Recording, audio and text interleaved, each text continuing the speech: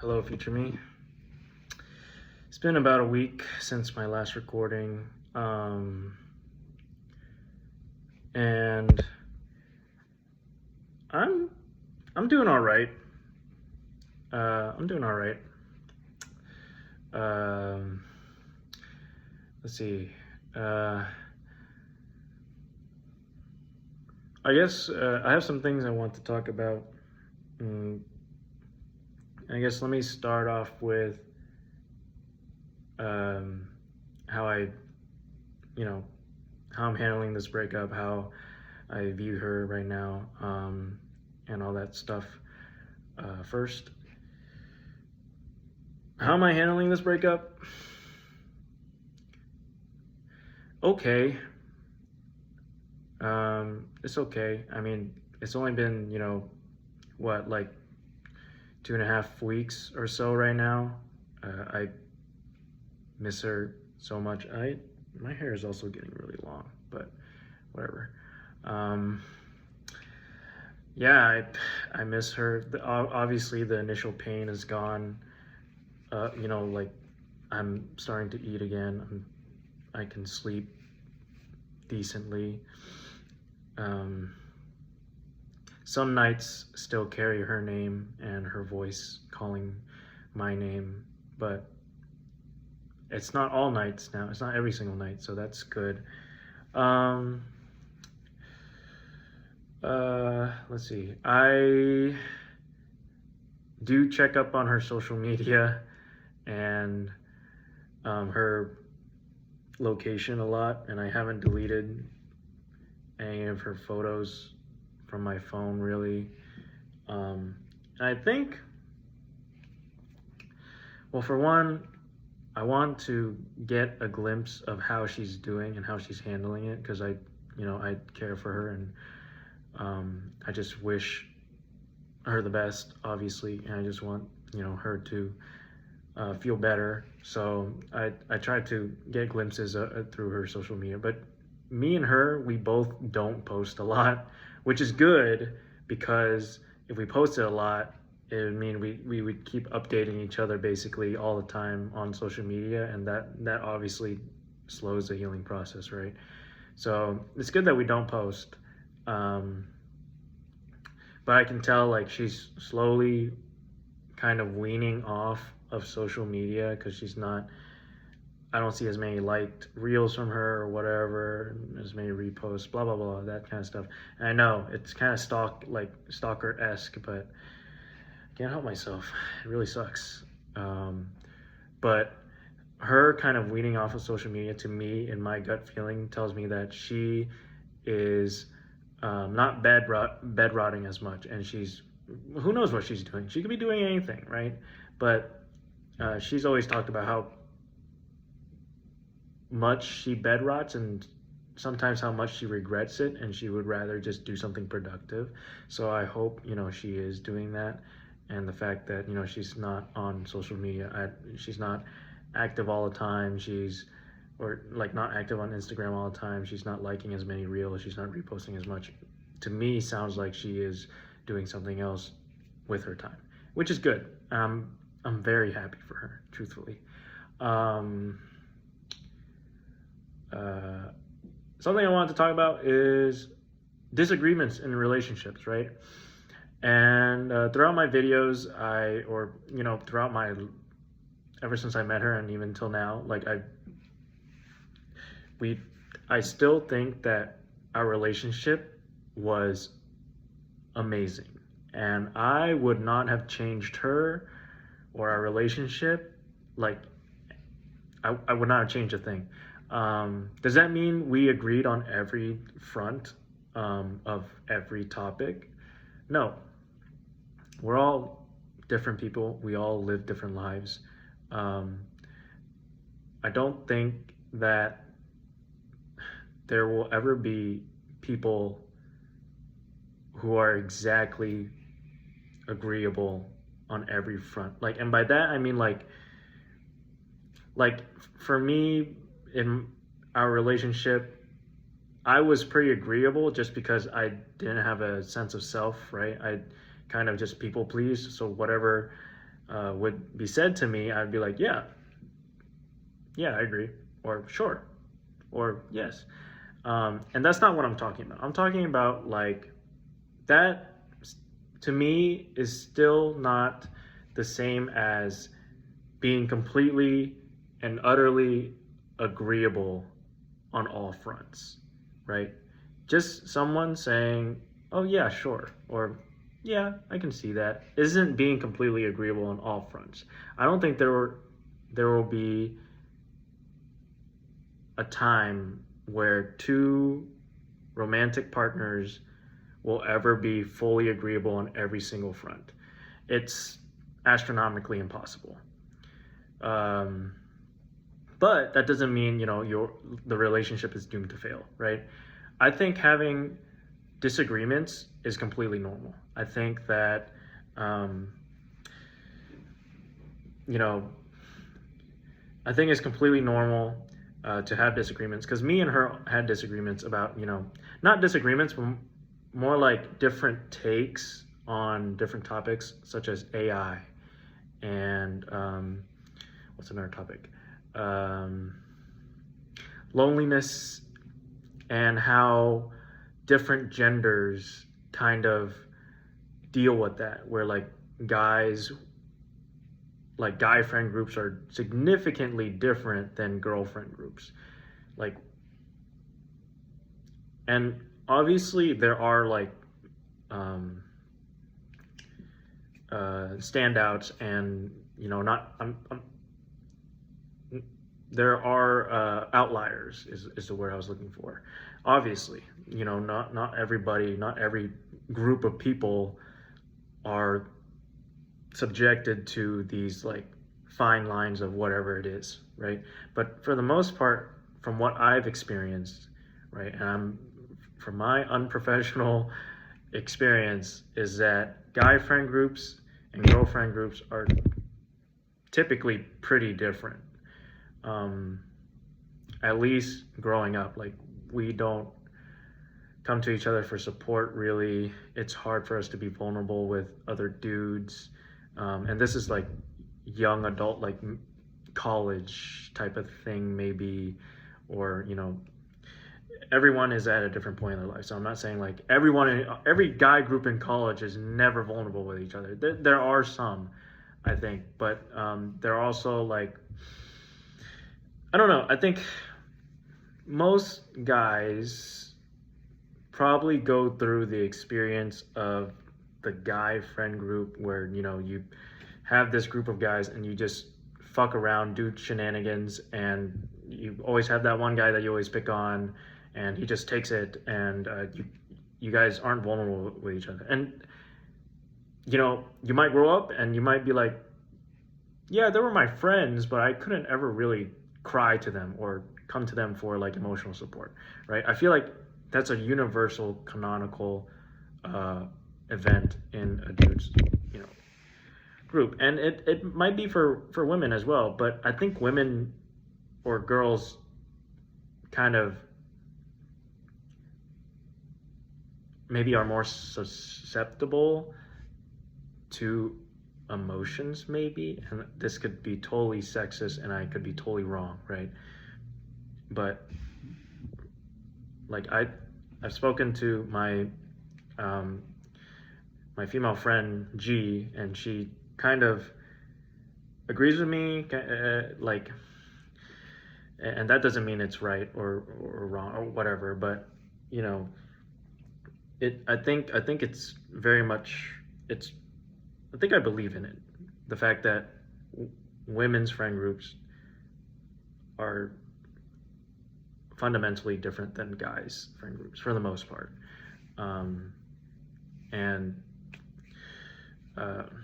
that was not really a disagreement, but kind of we had different takes, where she's like, oh, but like guys can always just be vulnerable, maybe, or something. And it's like, yeah, anyone can just always be vulnerable, but it's the pressure of society and being stoic and holding in your emotions as a guy being taught to you from a young age, and that type of thing that kind of deters them from doing so, right? Um, Anyways, we've had some great conversations like that, and that's what I mean by having not disagreements, but having different takes and not fully agreeing on something. It can lead to great conversations like that, where you invoke thought and you kind of are allowed to be yourself and share your opinions without being judged, and still mutually respecting each other as people, as a couple, as friends, or whatever. So disagreements in relationships, as long as they're respectful and, are open-minded, I think are actually good. And it's a sign of a good relationship, to me. And we had that. And that's like as far as it goes to a disagreement in our relationship, I think. Obviously, I mean, there are some, like, as far as a fight, maybe, I don't think we ever fought, like, once, to be honest. But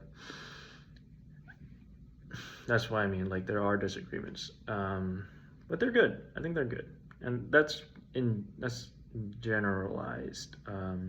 Obviously, there's still the things I've talked about in my previous videos where, like, the reasons that she did want to break up with me. But I don't think,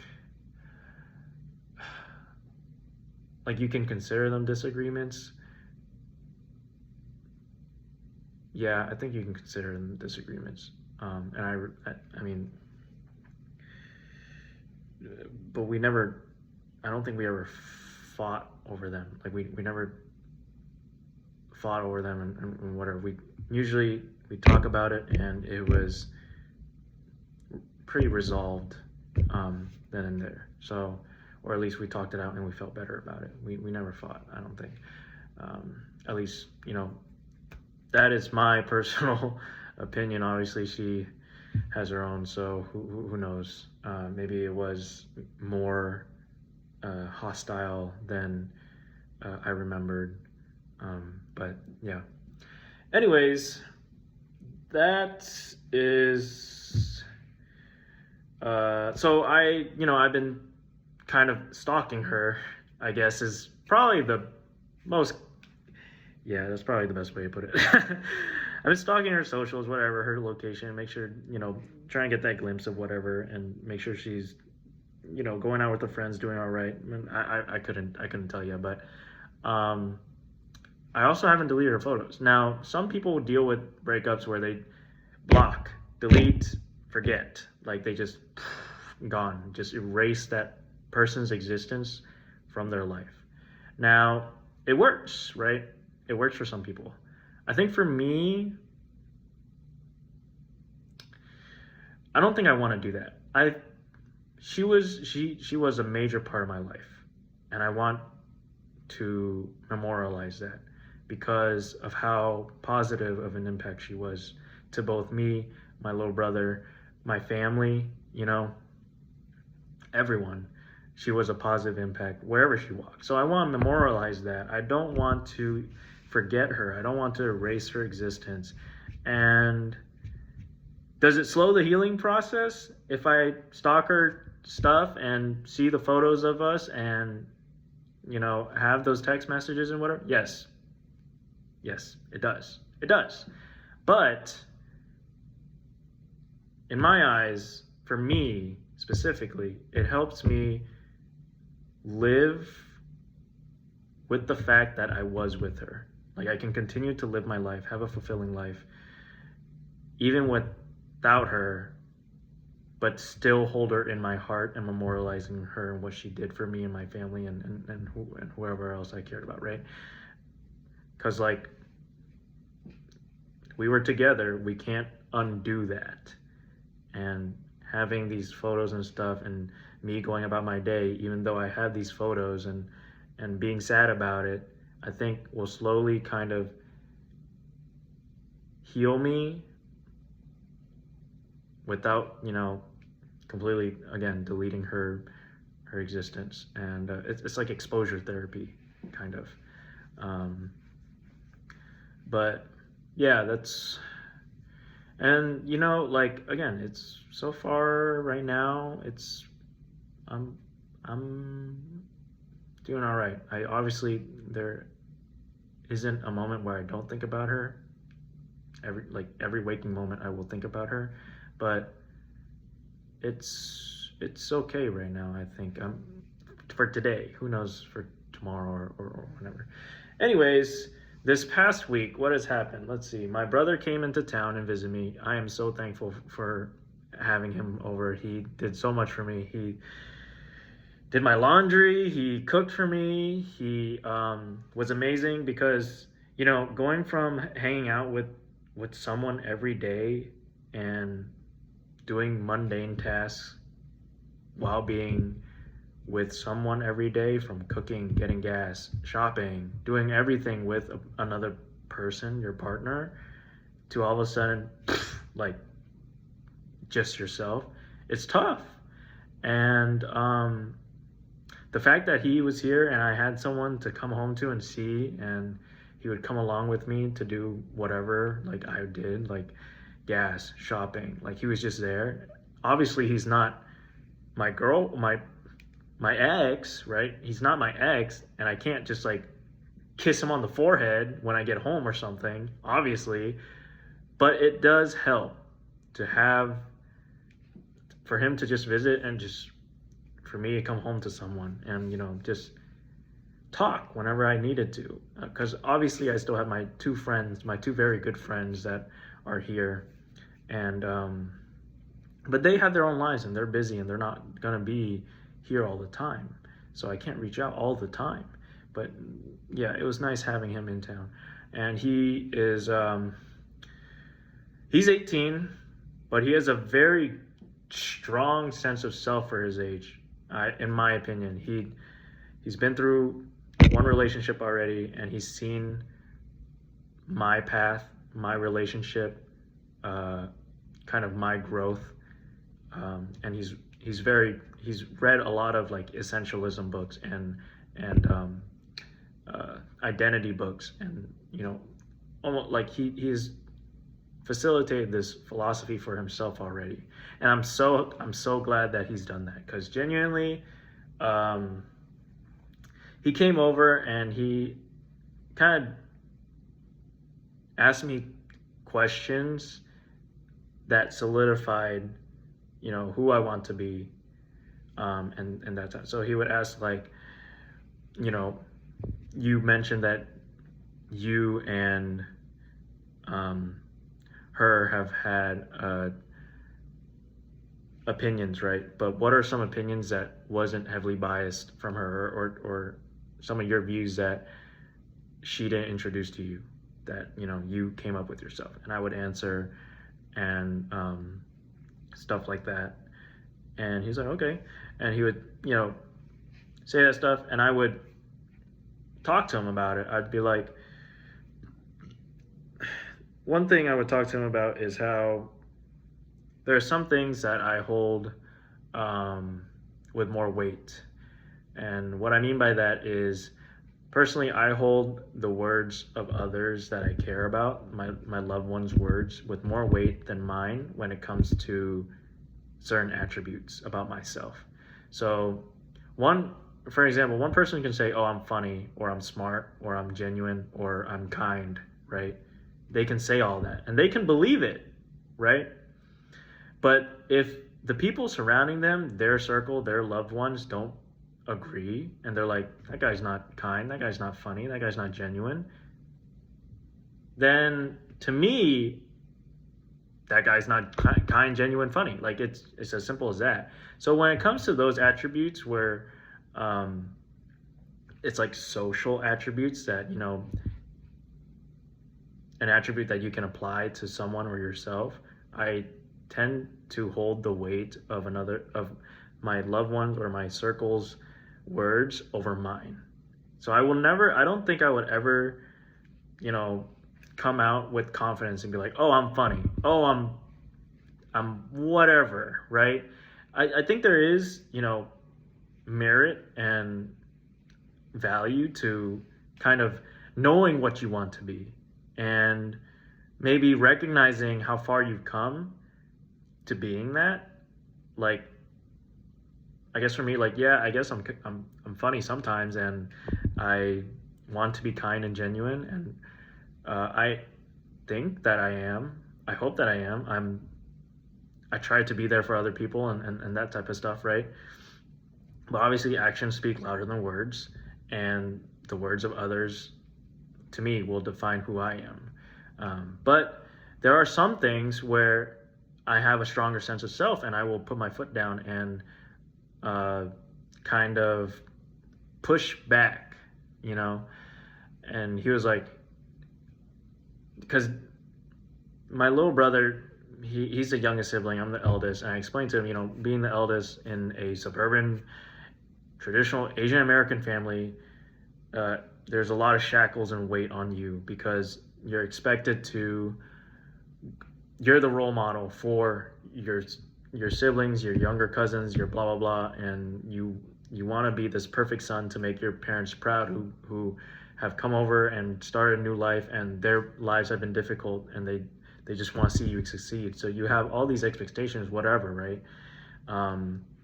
And through that, that's where I developed this people pleaser kind of personality growing up, was, you know, being the eldest, trying to please everyone, carving this path for my little brother, and so on and so forth, trying to uphold those expectations that my uncles, my aunts, my parents kind of unknowingly put on me, right?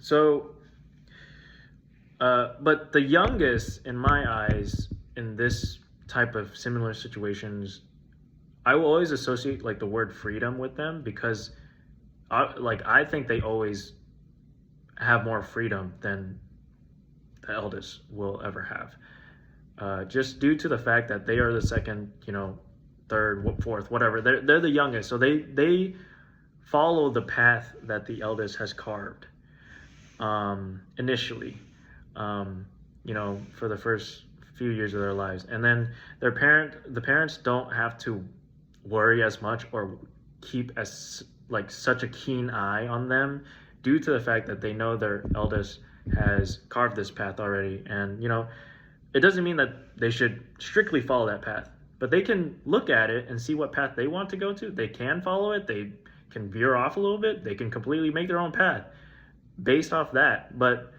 that's what I mean by freedom, right? And so when he's like, I hold the word of my own as law for me, I'm like, that makes perfect sense. And that doesn't mean you're wrong. That doesn't mean I'm wrong. But my views as, you know, an eldest, I do hold the words of those around me with more weight in these certain situations. And he's like, right, but then wouldn't you be a pushover, because when do you ever stand up for yourself? I'm like, there are times when I think, you know, it is good for me and my sense of self. For example, you know, do you think my traditional parents, the traditional Asian parents, were happy when I got a girlfriend before getting my degree? The answer is no. Everyone's family's different. But for mine, the answer was no. They were not happy. On top of that, were they happy that my girlfriend was not Vietnamese, but rather she was, you know, white? No, they were not happy. They have, you know, they were not happy that I was dating a white girl.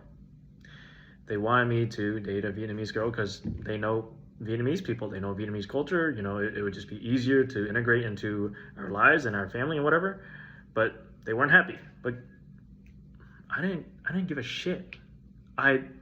This girl was awesome, and she was genuine and sincere and kind, and like, I was happy, and she was making me a better person. So like, I didn't give a shit what they had to say. This is one of the times where I would step my foot down, and I was like, I don't care. I'm gonna date this girl, and like, I knew what I wanted. So yeah, so he, you know, he was like, wow, you know, you've changed, bro. Like you've you've changed. I was kind of scared that, you'd be kind of broken when I got here, but you're doing all right. I'm like, thanks, but there's more that I could do. So whatever. And I dropped him off yesterday morning, and before I dropped him off, it's my first time I cried in front of him. Actually, I basically told him how much I missed her and stuff like that, and how much I wish thank you for coming. I appreciate so much of you to come. I'm grateful for you to come here and just spend time with me. I'm sorry that I'm in such a rut and I couldn't do more for you, like go out and do whatever. And he's like, no, we did a lot more than I thought we did. And I'm happy to, come here, whatever. And I was like, that's good. Genuinely, I think we did a decent amount. There were more stuff that I wanted to do with him, but we did a decent amount. Let's see. He met both of my friends. We hung out he and I hung out with both of my friends individually. Like on Friday, me, him, and friend number one hung out, walked around, talked, got noodles, played Smash afterwards, talked more, just hung out. And then on Saturday, Friday, me and him also went rock climbing, got a bunch of food. We went shopping together, grocery shopping, we laughed. We always laughed, and we just talk and stuff. And then on Saturday, me and friend number two, I just picked him up and we all drove to this national park, and it was it was so unprepared and unplanned, but it was pretty fun. Like, my friend thought it was fucking hilarious how unplanned and shit it was, that he had fun because of how unplanned and shit it was. And then on Sunday, we picked up friend number two again to go rock climb, and then we had dinner, and me and my little brother met his current girlfriend, and it was great. We had hot pot, and it was just fun. It was just like a good time, and in my opinion. And then that was that, and I dropped him off yesterday, so he spent like a full week with me, and it was just good. I think me and him definitely got closer after that, so I appreciate him. Let's see, the time I spent with him and the talks I had with him. Yes. So one talk I had with him was basically how actually I'm doing a lot better than I thought I am with this breakup. I am, I'm still going to work. I'm eating now. I'm sleeping good. My work-life balance is pretty good. Getting back into hobbies, socializing more, got friends and stuff. So like, I kind of had like the 4 pillars of a fulfilling life. And obviously, like, it's only been 2.5 weeks, right? But right now I'm getting the feeling that I'm getting fulfillment, if that makes sense. I'm not fulfilled. Like, I don't think anyone could ever feel fulfilled with their life until, it's about to end, when they're like about to die of old age or something. And they're like, oh, I lived such a good life. But like in the moment, I don't think you could ever feel fulfilled and content. You might feel content actually, but fulfillment is hard to feel. Anyways, yeah, like I'm still going to work. A lot of times I feel like there are people out there who after a breakup, they will take time off of work and their work becomes sloppy and whatever. I'm still going to work. I'm working fine. My work-life balance is good. It's pretty good. I'm going to the gym consistently. My hobbies are there. Right now I would say I have 3 hobbies. I have guitaring, creative hobby, it's great. Actually, probably 4. Guitaring is a creative hobby. It's great. I just play it. I play the songs I love, even though they remind me a lot of her. I play a lot of Hozier finger plucking songs right now, and I sing along to it, and I try and practice my guitaring and singing at the same time. And I can't get through a single song without fucking crying because it reminds me so much of her, but it's so beautiful. Hozier's so good. You guys need to listen to him. Anyways, guitaring, gym consistently, and rock climbing. I'm getting back into rock climbing. It's so fun. We went rock climbing twice. My forearms feel like they're gonna tear, but it's awesome. We'll go again this weekend. It's also like a good way to make friends and have a community as well. So yeah, it's good. And then I have this, which is kind of my version of journaling, right? It's my version. Instead of writing it, I'd rather say it because I struggle with kind of conveying my emotions verbally. So this is good practice to put what I'm feeling into words and conveying my ideas in a way that I want it to be received, and practice my hand motions as well. And then I post it to kind of hold myself accountable and be like, this is on the internet forever. Like, you gotta kind of stick with this. I'm like, all right. So, right, I have my hobbies. It's great. I have my friends. Again, I can't stress enough how grateful I am for these guys. They're amazing. I'm facilitating these friendships with these guys. I'm hanging out with them as much as I can, as much as they're willing to, hang out with me as well. But can't stress enough.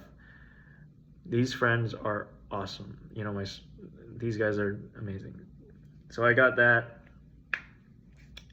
And finding peace in myself, I guess. I don't know, just trying to work things through by myself as well. I think it is important to have a support circle or a support system that you can work out with others and, get what you're feeling off your chest and stuff. But I think it's equally important to learn how to cope by yourself sometimes. And, because again, not everyone is available 24/7. You're gonna be alone sometimes, and kind of dealing with that by yourself is good and helps you get over it. So I have these 4 things, and also I'm exploring. I'm getting out of my shell and doing things that I've never done before, or maybe I'm uncomfortable with doing, like that camping trip. I've never met these people, and I just go camping with them, but it was awesome. It was fun, right? And I look forward to continue to do that, explore the city, go to the national park with my friend that I've never been to this national park before, and I've never really planned out this kind of play date with a friend before. I usually when I plan stuff out, it's for my ex, my girlfriend, and it's pretty well thought out because I don't want it to go wrong, or at least decently thought out. But so I'm doing things uncomfortable, and I want to explore. I want to see nature and all this type of stuff. And it's fulfilling. I'm starting to feel fulfilled. Like, it's starting to kind of feel good to just be myself and do these things. But I can't lie when I say there's still a gap, and that last thing, there's work, hobbies, social, like friends, relationships, and then like growing as a person, doing stuff you're uncomfortable with. And then this little thing is the gap, which is her. I wish I could just incorporate her into all of these things. Like, I wish, I could just come home from work and just tell her about my day. I wish I could do my hobbies with her, sing to her, serenade her, play my guitar for her,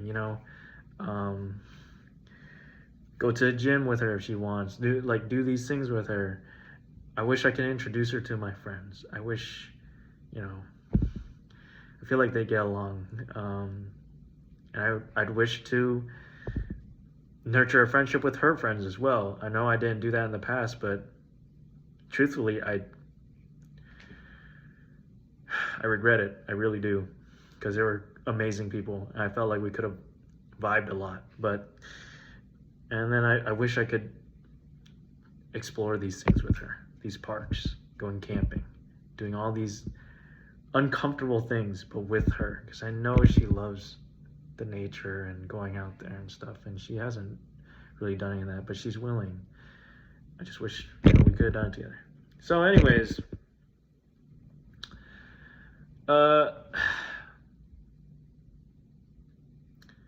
as for goals, they remain the same. Try and grow into the person that I wish to be, stronger sense of self, heal by myself, and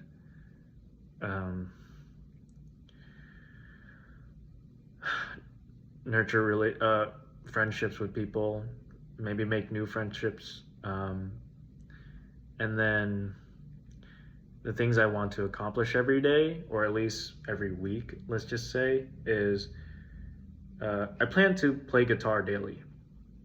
I plan to just play, get my creative energy out that way, learn some songs, maybe try and make one if I get good enough. But that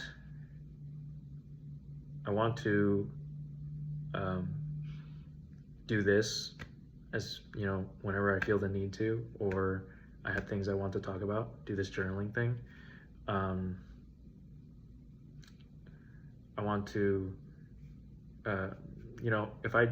if I have any downtime, I want to do something about my apartment, like either whether that's just cleaning, like if I just come home and there's nothing to do, I just should clean or do laundry or just do something decently productive, because it would make me feel good and it would get my mind off of it.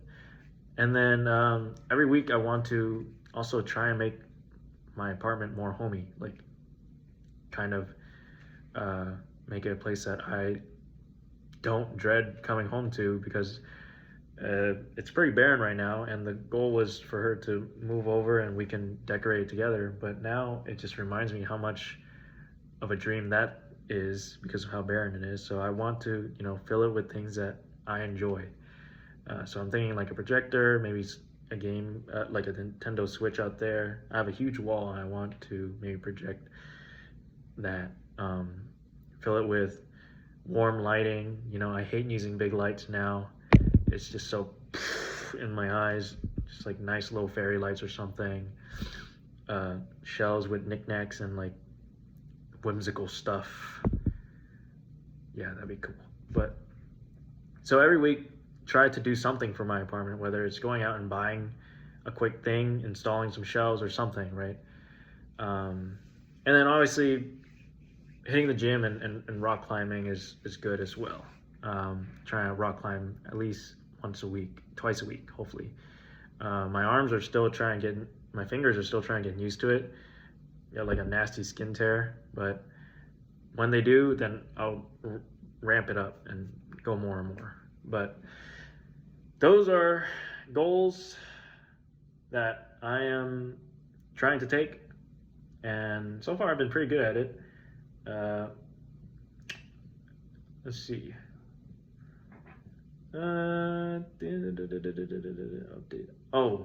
Updates on my plan of reaching out. Okay, this is going to be a decently long little segment, but essentially, still going to do the thing where I wrap, those AirPods that I promised her for her birthday, wrap those AirPods, wrap the postcard that she left here, and the letter, the small little just note that says, to you, happy birthday, I hope you're taking care of yourself from me, right? That still remains the same. I want to write her a letter. A fully fledged, heartfelt, my emotions poured out and spilled everywhere onto this letter type of thing. I want it to be kind of on like Shakespearean parchment paper, you know. I want to fucking write it with like a quill. I want to wax seal it and everything because she loves that aesthetic. She loves that so much. And I'm not doing it because she loves it. Well, kind of. I'm doing it because she loves it to show how these are my real intentions and almost like a mirror of my feelings towards her. Because it doesn't feel real if I just did it on a piece of printer paper and just, right? But I know this sounds like a bad idea. I'm going to put on like the letter, you know, please read this when you're ready. It contains my raw, you know, unfettered emotions in this letter, right? So I'm gonna mail that to her as well. But the letter basically isn't going to be about, I miss you so much, can we do this again, I love you so much, blah blah blah blah, right? It is going to be about my feelings, my raw unfettered feelings. And this is half, you know, this is I do this because I think I want to release these emotions I have towards her, and you know, these emotions that have been kind of festering inside of me. I want to release these, and I think the actions of spilling out on the letter and then the action of mailing it to her will help. Now, will she read it? I have no idea. I don't, like, it's not up to me. Will she throw it in the trash? Who knows? Sure. But just the fact that I did it and I mailed it to her would help, I think. So I'm gonna do it. But it's gonna be like a letter. Basically, it's like, you know, dear blah, how are you? How have you been? Hope you're taking care of yourself. These past 2 months have been whatever, right? Spill this and that.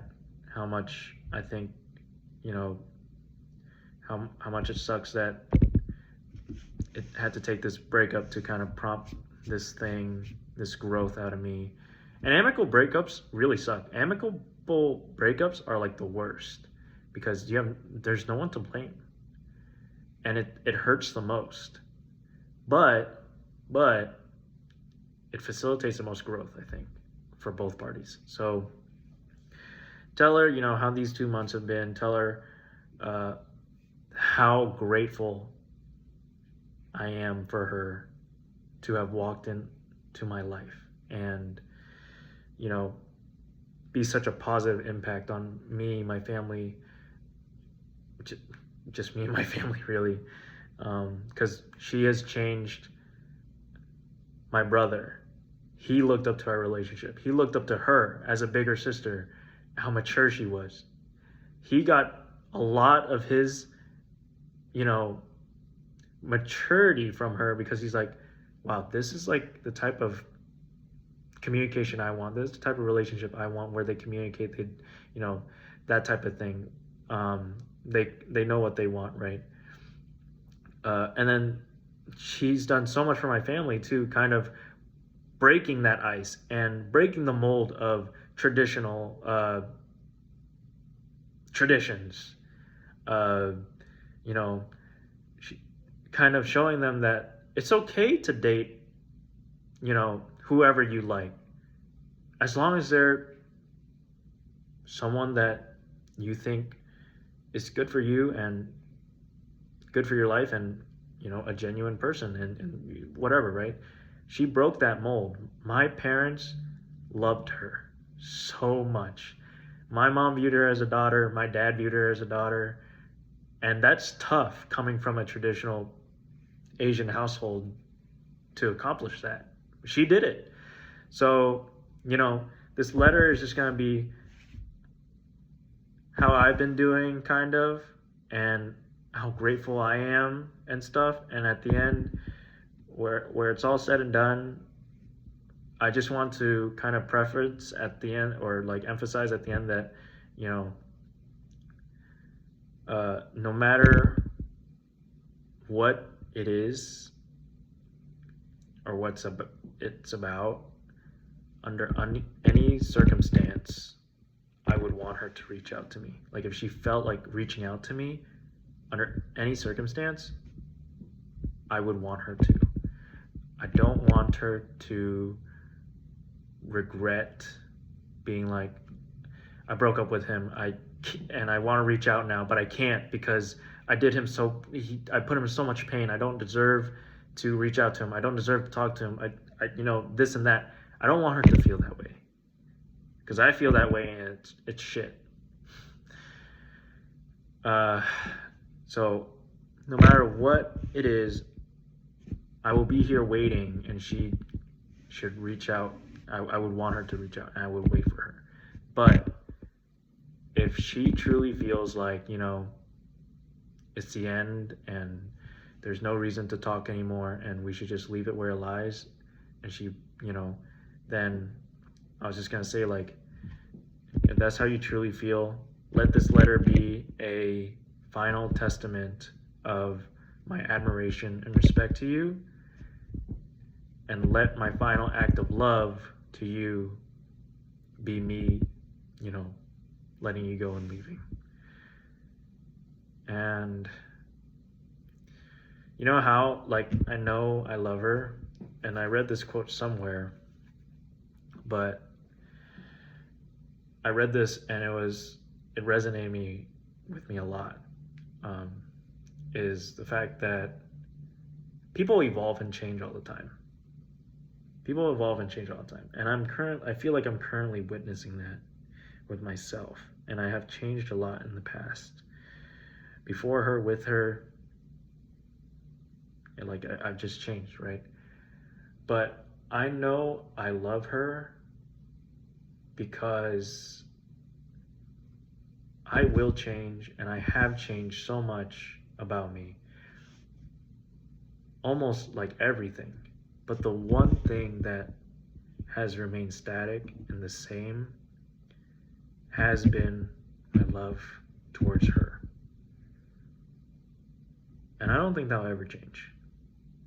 That's how I know I truly loved her. That quote really resonated with me. I forget where I heard it from, but I was like, yeah, this is how I feel. It's how I feel. And then another thing that resonated with me is the Buddhist definition of love. I wouldn't consider myself Buddhist. I'm not really religious, but if I had to pick a religion to stick to for the rest of my life, it would be Buddhism, but whatever. But I read this Buddhist definition of love, and I also resonated with it, and it seems so true, and it's kind of what I want to accomplish with my relationships, no matter if it's romantic or familial or like platonic. But here it is. It's true love.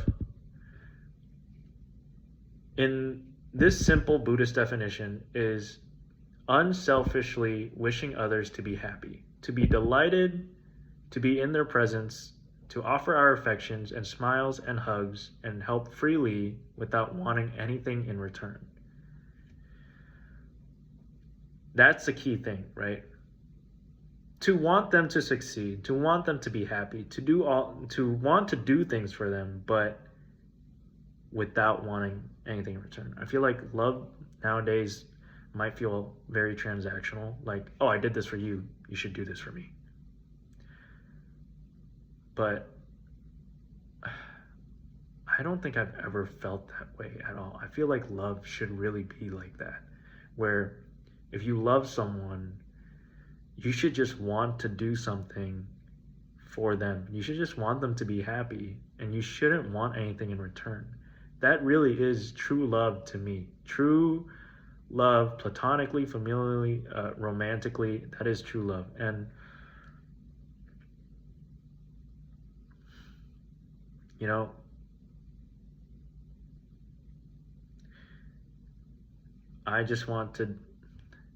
I want to achieve that one day. True love. To be able to give my all to someone because I just want them to be happy. And I wouldn't ask anything in return. But yeah, that's it. That's all I had to talk about for today. I think I think I'm gonna play my guitar now. Probably sing the song and then cry a little bit. But yeah, see you next time, future me. And keep walking down this path that you're going down. See where it leads you. Bye.